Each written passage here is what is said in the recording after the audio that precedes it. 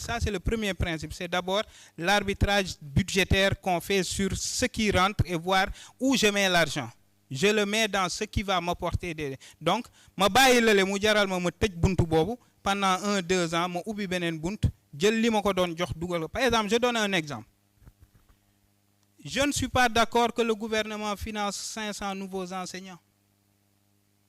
Si je dis enseignants, mais si je dis dans un pays où tu as toutes ces contraintes budgétaires, c'est important l'enseignement, c'est l'enseignement. Mais, attendons, plutôt que de créer de nouveaux enseignants, 500 nouveaux enseignants, je prends le budget, je le mets chez les PME parce que PME, ils ont une taxe de 640 milliards au bout de 3 ans. Au bout de 3 ans, un nouveau programme d'augmentation des enseignants. Ce n'est pas contre les enseignants, mais on parle de redresser l'économie.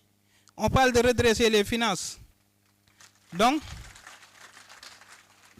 c'est un élément. Ben exemple là, voilà, c'est un exemple. Donc l'État,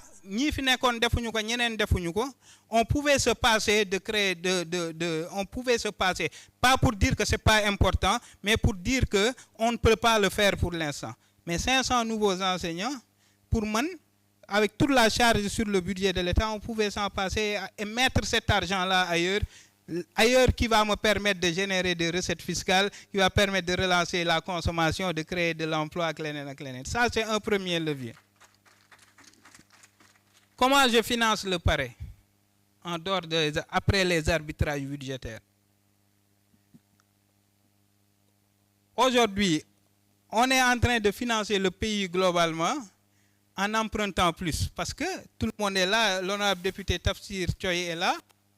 Les charges du service de la dette, c'est le pour nga dem lep commission yi nga nara fay banque yi nga wara fay société de gestion yi li nga wara fay lenen ak lenen, c'est 1190 milliards, n'est-ce pas, sur l'année.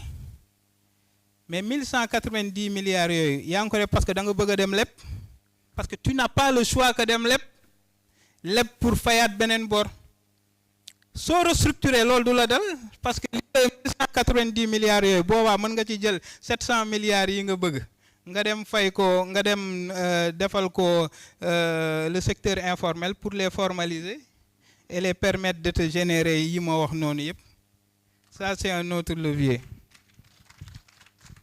Wax na la ingénierie financière